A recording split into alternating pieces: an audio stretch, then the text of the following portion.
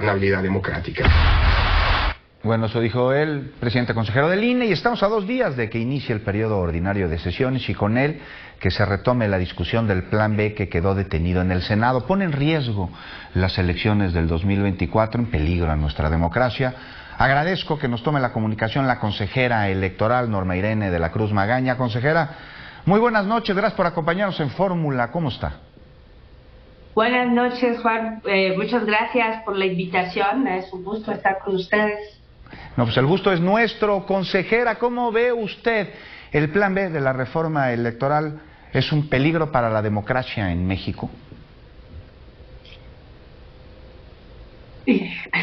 No, bueno, no. Yo creo que una cosa, nuestra democracia, que si bien es perfectible, se está consolidando, no es tan frágil. O sea, no pende de alfileres como para que cambies algún articulado de algunas leyes y entonces se ponga en riesgo nuestra democracia. Entonces, me parece que esta aseveración es un tanto dramática, y me parece que no refleja. Si bien, o sea, yo creo que también como autoridades electorales, el cómo se hizo la reforma y el proceso no nos toca a nosotros calificarlos, tendrán ya los magistrados y magistradas, las ministras, los ministros, si llega el momento y se recurre a esas vías legales.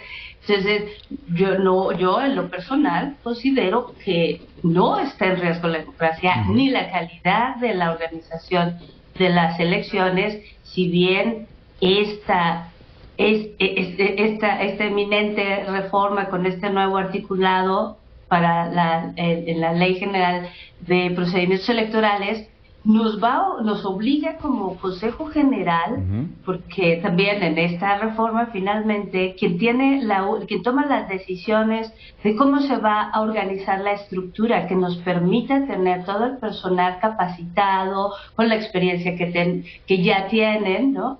Entonces, todas esas decisiones, crear los nuevos estatutos para el servicio profesional electoral, el nuevo catálogo de funciones, tenemos como Consejo General que decidir cuáles serán esos órganos temporales. En fin, hay una serie de trabajos que demandan de un análisis serio, racional, y que nos permita ver el cómo sí se va a aplicar esta reforma. Si bien ahí está la vía que ya se anunció de presentar impugnaciones, controversias, promover amparos, esa es una vía, pero la aplicación de la ley, una vez que sea aprobada por el Congreso, sea publicada, nosotros la tenemos que aplicar. Sin duda, consejera, ¿pondría en riesgo las elecciones del año 2024 como desde algunos lados se ha señalado? Pues mira, lo que pondría en riesgo la elección del 24, pues puede ser apostarle a la inmovilidad. Lo cierto es que, y creo que ahí sí puedo hablar por las y los consejeros que estaremos aquí en los próximos años, los 7 que nos quedamos, en lo que llegan los nuevos o nuevas consejeras, que todas queremos entregar buenas cuentas y entregar una buena elección para el 2024. Y parte de ese trabajo que tenemos que hacer para estar en condiciones de organizar esta elección es tomar todas esas decisiones que ahora con la reforma del articulado de la LEGIPE tenemos que hacer, porque el ciclo electoral no se detiene. Y estamos trabajando, parte de ese trabajo para estar listos a la hora del proceso electoral, ya se hizo la distritación, se revisó, hay una serie de trabajos. Entonces, esto no se detiene. Ahora, tenemos un caso aquí muy fresco, el de la Ciudad de México.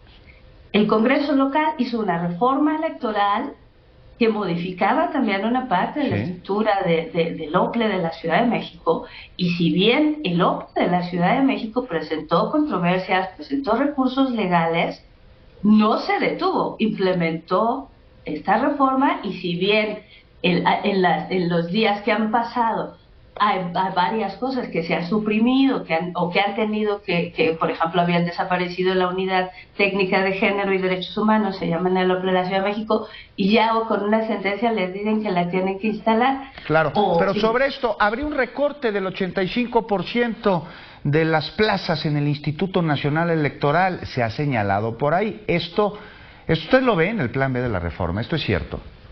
Esa es una interpretación. Mi interpretación es distinta. Y aquí, y permíteme continuar con el ejemplo de la Ciudad de México, porque ahí, por ejemplo, la ley, ahí en la reforma que habían hecho, sí hablaban de eliminar específicamente 500 plazas. Ahí sí les pusieron un número, perdón. Después de un análisis que hace el OPLE, el número de personas, las plazas que desaparecieron fueron menos de 50. Sí. Eso es como este puntito, lo vemos ahí. Porque aquí en esta reforma no nos dice cuántas plazas tienen que desaparecer. O sea, no dice tienes que desaparecer al 80% de tus personas. Lo que dice es que se reducen el número de vocales en las juntas distritales y les cambia el nombre a órganos auxiliares. ¿No? Yo lo que entiendo, porque nuestras juntas distritales no solo están integradas por 5 vocales, ¿no? Hay un personal, en promedio tienen 35 personas. La reforma no habla nada del personal técnico, de apoyo, o sea, eso se queda.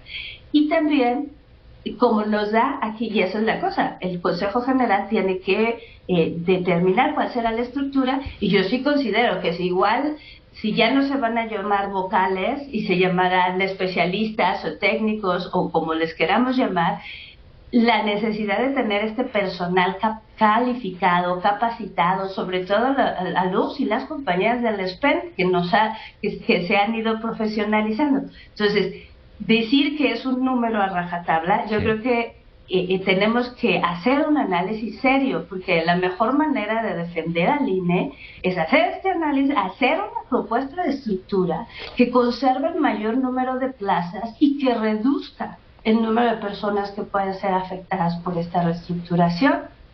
Claro. Y para eso necesitamos tener tener un diálogo frío, mesurado. Y ponerle los puntos a las IES para dar una interpretación correcta de situaciones que cambian o que cambiarían con el plan B en la reforma electoral. Qué bueno que nos aclara estas situaciones y estas interpretaciones que se han dado. Hay otra que tiene que ver con los módulos, se dice que desaparecerían. Nos cae el corte, consejera, pero le pido por favor que nos lo aguante, porque es un tema muy importante y también el de la credencialización. Me dicen que sí tenemos tiempo. ¿Se acaban los módulos? ¿Terminan los módulos del Instituto Nacional Electoral como se ha señalado, consejera? No. Yo creo que aquí hay varias cosas. Nosotros en el INE tenemos alrededor de 844 módulos. Sí. 478 son fijos. Esos son los módulos que ustedes ven en los edificios, y también tenemos semifijos y tenemos unos móviles. Aquí, si bien la reforma dice que se tendrían que instalar preferentemente, pero aquí lo dice preferentemente, ¿no? O sea, no dice, oye, al próximo día que se publica la ley tienes que moverlos. Eso no lo dice ahí. Dice preferentemente. A lo largo Pero de usted dijo moverlo, perdón, consejero, usted dijo moverlo. Andaban diciendo que se eliminarían, que no había módulos. Entonces, que en todo caso se moverían. En la reforma no toca esos. O sea, si tú ves el articulado que se reforma, no incluye, o sea, la estructura de los módulos de atención ciudadana se queda intacta.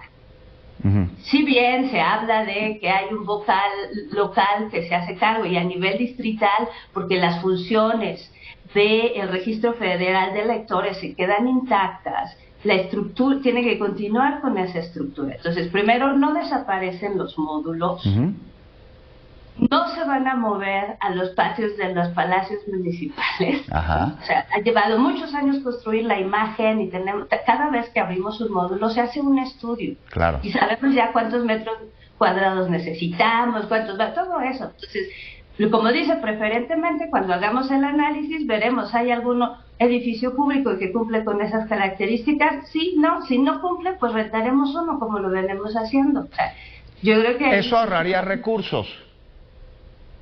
Pues podría o ahorrarlo, pero ahorita nosotros tenemos un número de módulos que nos permite dar atención ciudadana de calidad en todos lados. ¿Para qué los moveríamos? O sea, sí tendríamos que hacer un estudio. Esas son las cosas que tenemos que estudiar. Muy bien. Entonces, así como está la ley, no nos ordena moverlos o cerrarlos. Ahí está, bueno, pues qué bueno que nos lo aclara, consejera. Ahora sí nos cae el corte, pero regresando, quiero preguntarle sobre el tema de la credencialización y si se haría a cargo una dependencia gubernamental, como también se ha señalado ahí del padrón electoral. Aguántenos el corte, consejera, y usted también. Nos vamos, pero regresamos en unos instantes, no se vayan.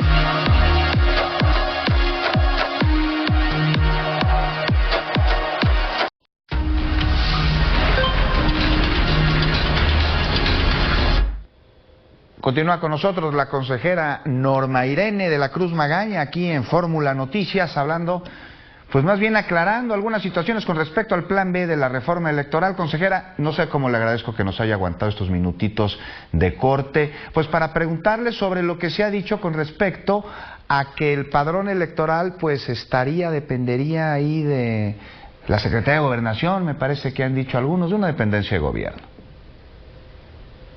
Sí, esta es otra de las informaciones que hemos visto. No, gracias a ti que me das la oportunidad de poder conversar de estos temas. A ver, como les comentaba, aún en los artículos que se reforman de la DGIPE, no se reforma lo que concierne al Registro Federal Electoral. El Registro Federal Electoral, la dirección, el padrón, sigue estando en manos del Instituto Nacional Electoral. Entonces, ¿no es cierto que el Registro Federal Electoral, que el padrón, como le llamamos coloquialmente, deje de estar en manos del instituto encargado de velar la democracia en nuestro país? Dijeron que se iría a una dependencia de gobierno. Esto es falso. Se mantiene en el instituto. Lo que sí hubo, pero y aquí tal vez eso puede ser el motivo de la confusión. Sí hay un cambio, y que esto es para los y las mexicanas residentes en el extranjero. Como ustedes saben, los y las mexicanas residentes en el extranjero se pueden credencializar en cualquiera de los 150 consulados que tiene el Estado mexicano. En el articulado que se modifica, se incluye que los y las residentes en el extranjero pueden utilizar como forma de identificación su pasaporte o su cédula consular. Ahora, entonces te voy a poner el ejemplo. Todos hemos ido al banco. Tú vas al banco, presentas tu credencial del lector, pones tu huella digital y ya, ¿no? Sí. O sea, el banco no tiene tus datos. No. En este caso, y eso también es parte de las discusiones que tenemos que tener. Yo como leo esto es que quienes nos tendrían que dar los datos sería la Secretaría de Relaciones Exteriores, ¿no? Si vamos a utilizar los datos biométricos que vienen en la cédula o en el pasaporte, ¿no? Que podríamos hacerlo como lo hacemos con los bancos, tener este sistema donde llega alguien, tú te identificas con tus huellas y se puede verificar que estás en la lista. Pero muy distinto a que el registro federal pasara a otras manos que no fueran la del Instituto Nacional Electoral. Pues ya para terminar, consejera, ¿a qué se debe usted todas estas, a qué cree usted que se deben todas estas malinterpretaciones o pues infodemia, me parece incluso que podríamos llamarla, con respecto a lo que implica y no implica el plan B de la reforma electoral? Porque hay alarma en parte de la ciudadanía, sin duda alguna, de cosas que usted ya nos acaba de aclarar. Sí, bueno, la razón también me gustaría saberla. Hay como varios elementos que tendríamos que, o sea, algo que hemos tenido a lo largo de los últimos meses cuando hemos hablado de las reformas electorales es un debate muy crispado, no ¿sí? con un tono muy alarmista, ¿no? Más que en un diálogo, una construcción. Entonces me parece que sí está llegando a un punto donde eso sí pone en riesgo a la democracia. O sea, la infodemia, claro, las noticias falsas, eso sí pone en riesgo a la democracia. Que incluso alguna agenda para malinformar, también eso. Agenda política podría ser en una de esas, consejera. Pues no lo sé, ¿no? Puede ser. Lo que sí estamos viendo, y creo que sí es importante, y el Consejo General, ¿no? Bueno, pues estamos también, es tan diverso que tenemos estas otras visiones y finalmente tenemos que trabajar para, nos guste o no, esta es otra cosa, nos guste o no el marco legal, lo que apruebe el Congreso, ese va a ser el marco legal con el que vamos a organizar las elecciones. Como autoridad electoral, o sea, como me gustaría que fuera mi ilusión de ley electoral, pues es irrelevante, es que hay. Y también habrá en su momento, ¿no?